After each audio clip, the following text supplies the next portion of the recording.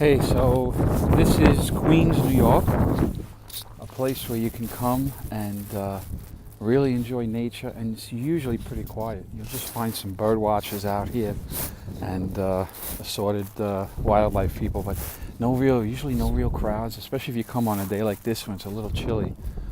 But it's really beautiful here, and a lot to walk through, and you're probably going to see a lot of different types of animals.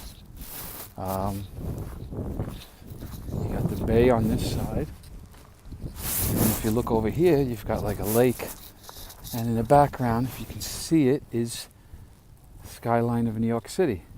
So not a long trip to get here, and we're out in the wilds of Queens, enjoying nature and getting away from the hustle and bustle of New York City. I hope you enjoyed this short video and my little tour of my hometown. More to come.